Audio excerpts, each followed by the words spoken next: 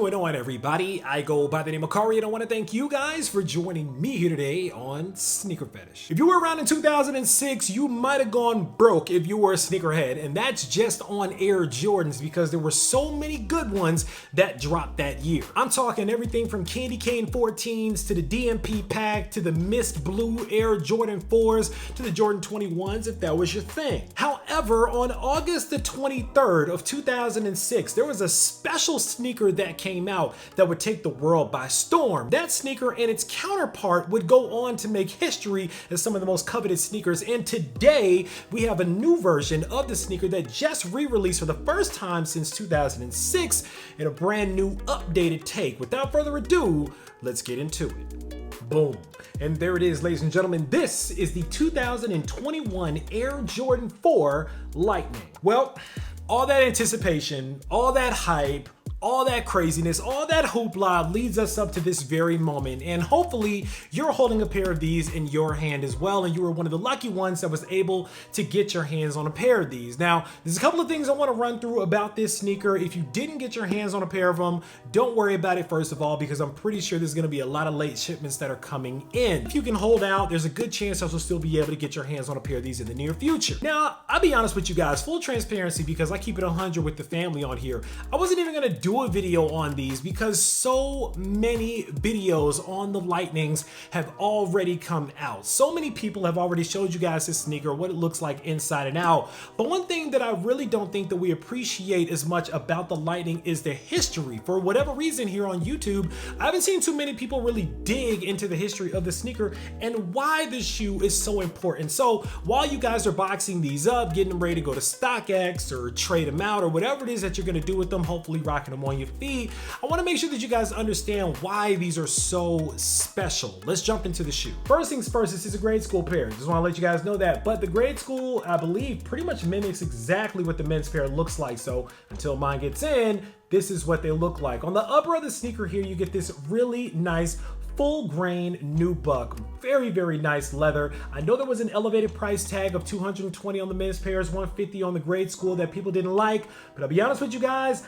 I'm not mad at the price because of the materials. Not only did you get this full grain leather upper all over the shoe here, which we have known Jordan brand to mix and match different leathers in different panels of this shoe. You'd get a nice nubuck up top, but then somewhere in the quarter panels of the shoe here or down here in these panels by the mudguard, that leather would turn into like a different kind of leather, a little cheaper leather. Check your fours and you'll see what I mean by that. Not only that, but we also got these kind of smoky gray polyurethane, they call them crowns, some people call them eyelets, whatever it is that you want to call them, at the top and the bottom of the shoe. Now again, this is different because normally you're going to get those regular kind of generic plastic eyelets here, but this time they kind of upgraded them just a little bit. Now the top of those eyelets is held on by the nubuck wings here. Very nice. Usually it's like a plastic, but this time you get these really nice nubuck wings as well. Very, very soft to the touch. Very nice. Taking the top down, look at the shoe here again. A really nice view of that very nice, very soft nubuck here in the toe box. Going up from there, of course, you have the black mesh netting on that yellow tongue. At the top of the tongue, you have this really nice gray tongue tag here, just like the 06 version with the yellow flight and the white Jumpman. On the back of the tongue, yellow Air Jordan upside down tag. Very, very nice. Tour yellow laces with these. Now, again, don't know if on the men's pair you get anything extra. I don't think you get any extra laces with the men's pair either,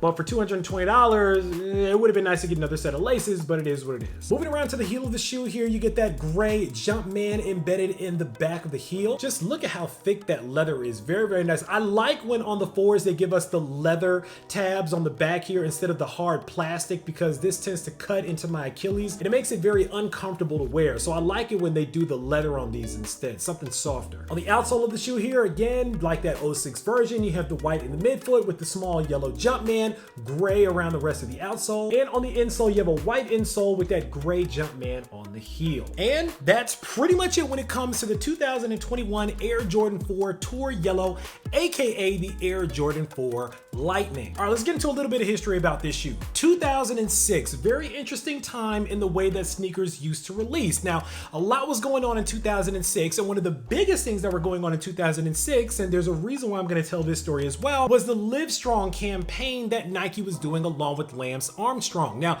you guys remember Lance Armstrong? He was a very popular bicyclist that was known for competing competing in a lot of Tour de France competitions. Now, if you guys remember back in those years, 06, 07, I think up until 2013, I want to say, Nike had a very, very long-lasting, very strong, and very lucrative relationship with Lance Armstrong and the Livestrong Foundation. You guys remember back in the day, those yellow Livestrong bracelets that everybody used to wear all the time that only cost $1? Did you guys know that Nike actually made $80 million off of those $1 bracelets? That just tells you how significant Lance Armstrong was back in the day. It was pretty huge. Nike also made a ton of collaborative sneakers, not only directly with the Livestrong campaign, but also through a number of other special projects that also carried the Livestrong name as well. One that I think in mind is the low top Air Force One that was done by Mr. Cartoon. Another one was done by Busy P. And then they actually linked up yet again on the high top FLOM, or For the Love of Money dunk. That was a special collaborative dunk paying homage to the original Flom dunk that also bared those black and yellow colors. It was a flip on the Flom dunk that was another version of it in black and yellow that was more widely released. So Livestrong had a lot of deep roots in Nike, and that was also true over at Jordan Brand. We all know that Michael Jordan had a love for bikes, super bikes, motorcycles, things of that nature, and they started the Jordan Brand Motorsports Club, Motorsports Group, whatever you want to call it, and we've seen different Jordans that pay homage to those times. We've seen the Motorsport Air Jordan 4s, we've seen the special edition, the reverse alternate Motorsports. You guys remember those black leather joints that nobody really liked back in the day, but they're probably like $600 now. You guys remember the Motorsport 6s that dropped, the white and black joints with the 23 on the back. Motorsport was kind of getting out there as far as Jordan Brand releases, and these were actually no different. The Motorsport group was challenged with designing a new pair of sneakers, Jordan 4s, that would incorporate yellow into these new shoes, and they came up with it in 3 different pairs. That was the Tour Yellow Air Jordan 4 that actually had the Velcro tongue that said Rare Air underneath it. You had these here, the Lightnings, and then you had the Thunders of 2006, which was a primarily black pair that I believe has a new iteration that they're calling the Red Thunders with the exact same color blocking, except instead of yellow, it's gonna be red. I'm interested to see how those do. Nevertheless, these sneakers dropped and they were extremely difficult to get your hands on. Number one, because they were so exclusive, they were very, very limited. And number two, they only released online at Jumpman23.com. You guys remember, like I do back in the day, everybody was usually going to the stores to get their shoes. They weren't really copying online like that, but this release was a little bit different. Not only that, but the price tags were way more than we were used to paying for our sneakers back in the day. For those of you guys who may be new here, sneakers didn't always cost $190 retail price, or $220 in this case for the men's pair. Sneakers actually were costing around $115 to $125 for the retros back in the day. So the fact that these came out and these were $250 and then the Thunder pair was $500 was pretty unheard of. Now, the reason why they were $500 for the Thunder was because they came with a $300 Jordan jacket, and then the Lightnings were $250 because they came with a special edition Jordan t-shirt. If you guys were like me back in the day,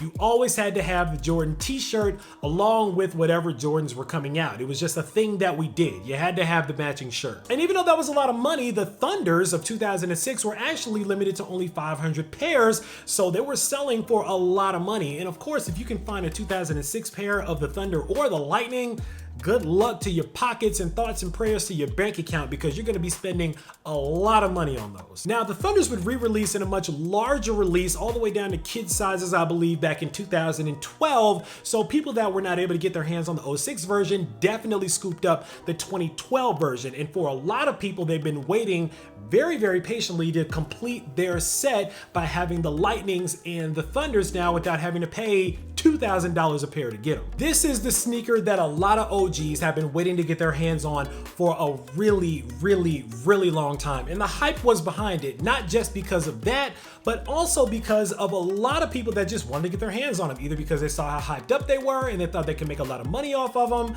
I don't really know why, but this sneaker was met with a ton of hype. There was a rumored 90,000 pairs that dropped just in men's, and then another rumored 20,000 pairs that dropped on the sneakers app, which may sound like a lot of pairs, but honestly, when you got a couple million people that are trying to get their hands on them, it's really not much at all. Needless to say, this was a general release that released from men's to big kids down to little kids and even toddler sizes. There were Lightnings for the entire family. So just because there might have been that 100,000 pairs, 110,000 on sneakers, definitely doesn't mean that that's how many pairs there were. There's a lot of these, guys. I'm gonna tell y'all that right now. It's a lot of them. Not only that, but a lot of people were also excited about the shoe because they said that Nike and Jordan Brand got the shape of this shoe right finally. And a lot of people were not that happy with the shape of the original Jordan 4 Lightning. They said that the shape was off from the OG shape, and this time it felt like they really got it right. Now you would think with all the hype, with all the excitement, with everything that was going on around this sneaker, that everybody would be super happy when the shoe dropped. But to my surprise, around Twitter and Instagram, a lot of people seem to not be that happy with the sneaker when it finally dropped. And it made me wonder why that is. Why aren't people really that happy with the Jordan 4 Lightning? Now, some people said that the colors are different, the shades are different. I did not have the 2006 Air Jordan 4 Lightning. I'm sure that there are comparisons with the 06 version to the 2021 version, but I was a broke college student back in 2006, so even though I love sneakers a whole lot, I was not able to get my hands on these. But thankfully in 2021, that story is a little bit different. But for people that were around back in 06 and had these, they did say that they didn't like the fact that the color seems to be a bit more muted than it was back in 2006. Some people have mentioned the difference in materials. Some people have mentioned the difference in quality and things like that. But I mean, I'm gonna tell you guys like this. Yes, they 2021 these, but Jordan Brand has been doing that with a lot of revisions and reiterations of old sneakers that they brought back again. They've 2021 them. And what that means is sometimes the materials might be a little bit better. Sometimes the colors might feel a shade different or a shade off, but it's still paying homage to a classic sneaker back in the day that for all intents and purposes is pretty much giving us those 2006 vibes here, even with a better shape. I don't get it. If you want my opinion, I personally think that part of the reason why a lot of people felt like these were kind of meh when they got them in hand is because we're cycling through sneakers so fast these days, and a lot of hype is being built up for sneakers, and then we get them in hand, and now that the rush of dopamine is kind of wearing off, we're kind of on to the next thing. And there's so many other sneakers that everybody already has their sights set on. It's different than it was back in 2006, where you had a lot of time to enjoy your shoes and wear your shoes, and for these shoes to be the talk of the town. These shoes aren't really going to be talked about within the next week or two, to be honest with you, unless we see some random restocks or maybe there's a Jordan Reserve on the sneakers app. It's really disappointing at this point with the flood of Jordans that we're seeing in here when they sneak in a really popular, really nice sneaker that pays homage to a classic, and for a lot of people a straight up grail. They just kind of throw them in with the pile of other Jordans that are dropping these days, and it makes them feel a little more watered down. And maybe that's what we're feeling. Maybe that's what the OGs are feeling. Maybe that's what some people are feeling when they feel like the sneaker is mid. Now, other people may just not be feeling the shoe at all. And listen, whatever the reason is, if you don't like the shoe, I respect it. Send them down below. Let me know what your reasons are if you do or don't like the sneaker. But me personally, these were a must-have, especially for somebody like me that wasn't able to get the shoe back in 06 and now finally had the opportunity to claim these in 2021. Top 10 shoe of the year for me, guys. I'm going to be honest with you, and